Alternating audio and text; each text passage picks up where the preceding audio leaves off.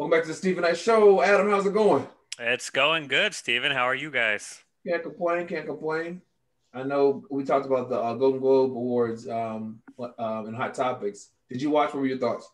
I did not watch, sadly, so I don't have many thoughts. I did read about the highlights and kind of the different award categories. So I will say it was interesting to hear that Nomadland won. I did review it last week. I did enjoy it. I don't Mhm. know if it was Best Picture worthy, but kudos to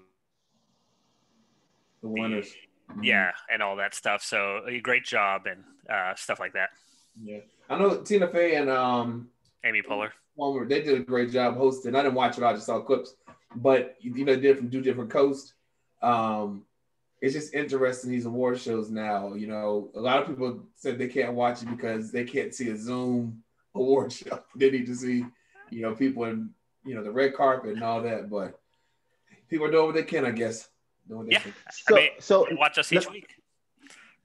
I have a question because I didn't watch it either. I read it. This morning. So were they all held up in one hotel? Did they like get one hotel and have everyone go there? Well, they had most people were virtual. Most of the stars were virtual from home. And then they had the audience who was filled with first responders who had masks on and they were dressed up.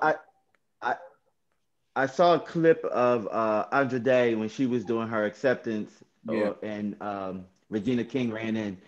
Were they in the same hotel? Like, what was I that don't about? know. Like, how did she get access to her like that? I'm not sure. That No. was a dope moment, though, by I the know way. that I know a lot of her some of her cast people. You saw people behind her was her family and her castmates that were in the movie. Hmm. So I don't know, but I guess they all just did what they could to be safe. Well, I'll let y'all take away with movie reviews. Sure thing. So, Chike, speaking of Andra Day, and I think we watched the same thing, but I saw The United States versus Billie Holiday. And this is a biopic starring Billie Holiday, and it's really based on a book called Chasing the Scream.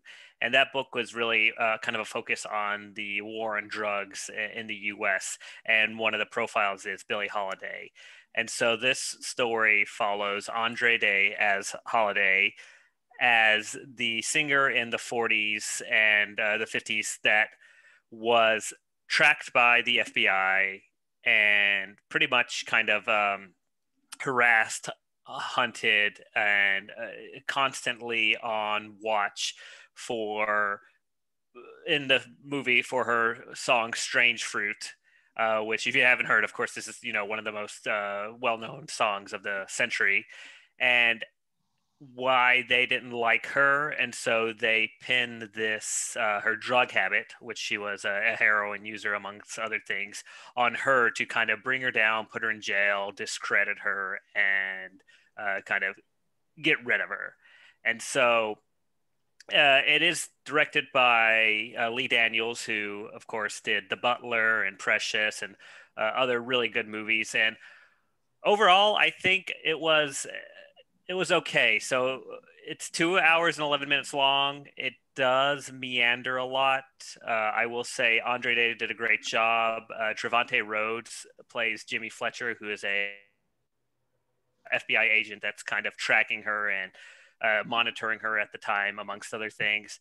Uh, they did great performances. The setting was really great. The costume design was really good. But I feel like there was just a lot of moments where it just kind of wavered without much going on. And for a movie that's over 2 hours, for me, again, I like my movies kind of under 2 hours. If it's over 2 hours, it's got to be really good. And this one kind of missed those marks. But you watch the movie, it's on Hulu, and you can see why Andre Day won the Golden Globe because her performance is incredible.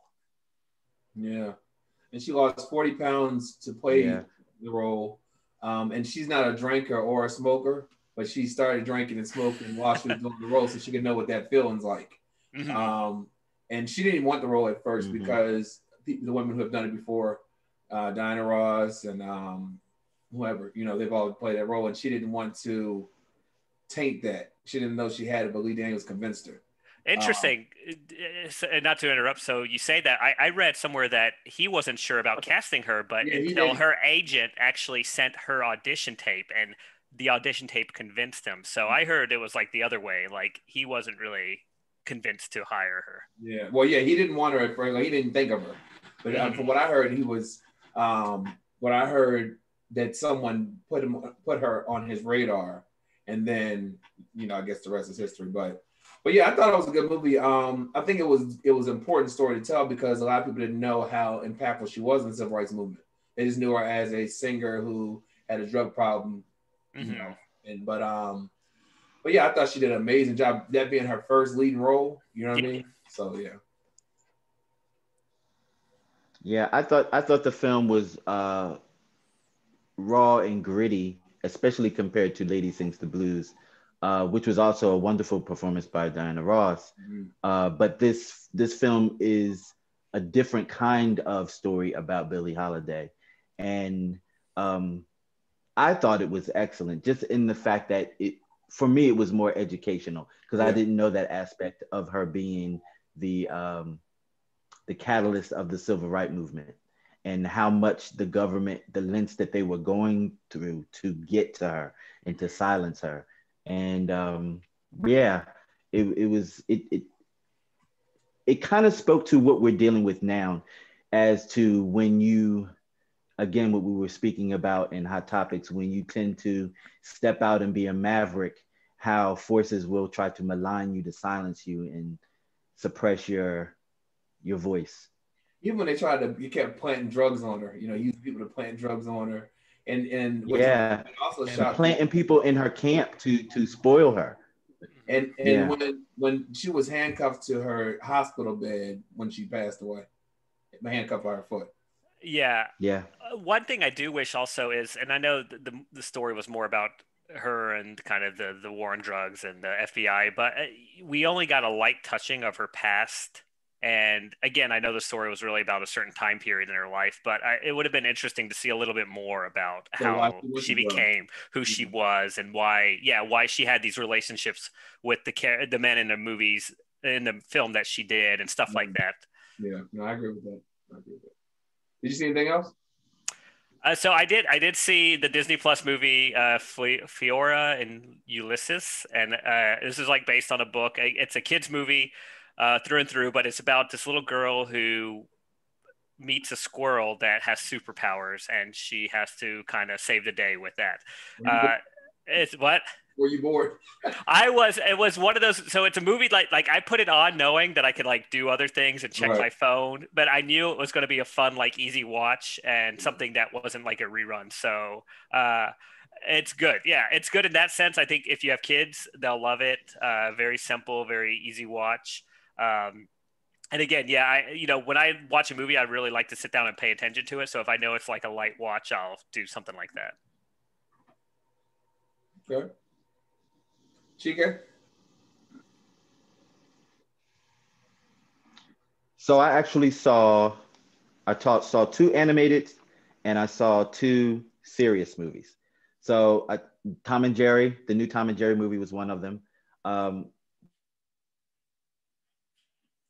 which follows Tom and Jerry. Jerry moves into a posh New York hotel, and the hotel procures Tom to actually rid the hotel of Jerry. And all of this is happening at the midst of this huge wedding that's about to happen at the hotel. And so anyone who's ever watched the Tom and Jerry cartoon, they fight like no other. And so all of this is leading up to this big showdown between Tom and Jerry, and also leading up to the nuptials. This Tom and Jerry movie was a little different for me because I'm so used to a Tom and Jerry full animation. This was mixed also with live action. There was also a lot of green screen going on. It was a little different for me, but it was entertaining. It had its funny moments, and definitely for the family, definitely family fun. So I highly recommend it. The parents that if you're going to watch with your kids, just know that it's a different Tom and Jerry kind of movie. It's not going to be the same like when we were kids and we were watching Tom and Jerry in the full animation. This is live action mixed with animation, which is pretty good. Bringing recommend it. And the second film was an anime film. I don't know. Are either of you anime fans? I know anime. No anime. No. So this film is called Tales from Earthsea, and it's about a wizard who's aging and he's losing his power, and he finds a young wizard who he knows has potential to be something greater than what he is, and basically he is putting him in a space to be able to battle another wizard to save this Earthsea realm from evil and destruction, because this wizard is plotting to destroy mankind. I thought it was a good story, and this is why I like to get into some of these anime.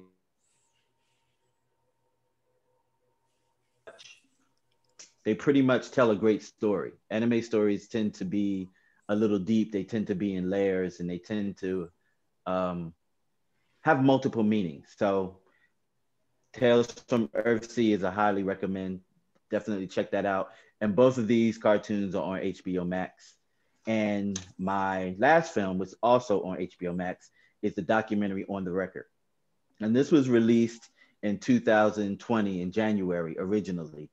And HBO Max acquired it in, was it May last year? And this follows the allegations against L.A. Reid and Russell Simmons. Did you check this out, Stephen? Did you ever heard about this? I didn't see it. I'm about to check that out. Yeah. Isn't that the one Oprah was Yeah, behind? it's pretty deep. Say it again. Isn't that the one Oprah was behind? Yeah, so she backed out at the last minute. Yeah, She did not want to have she did anything to do with back it out, at the last minute. He said there wasn't enough information. Yeah, it was over. Yeah.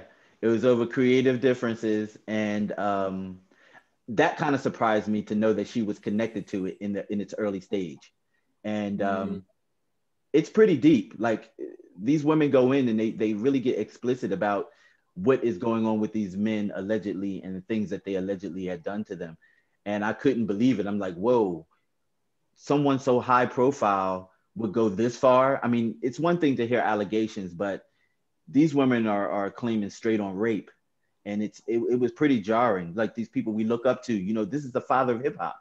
Yeah. L.A. Reid is the father of R&B music. Like, this is crazy.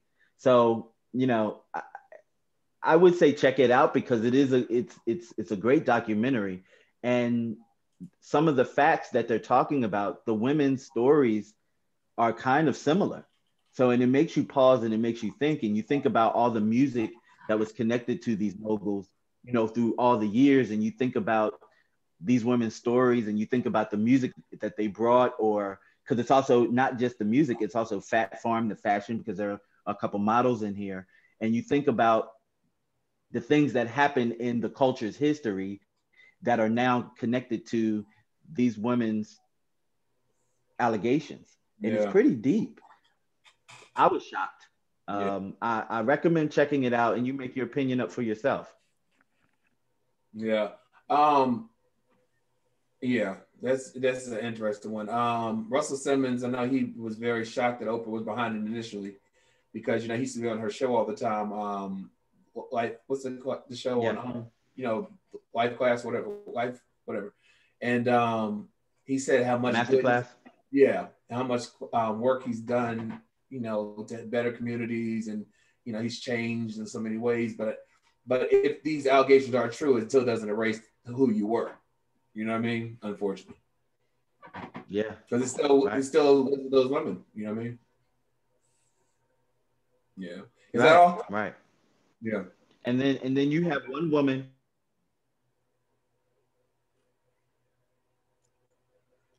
You said what? Chike, one woman what? We can't hear you. Where she was so overwhelmed about what was going on that she just basically stepped out of the limelight. She just stepped away. She walked away from her career because she couldn't take it anymore. Yeah. Deep.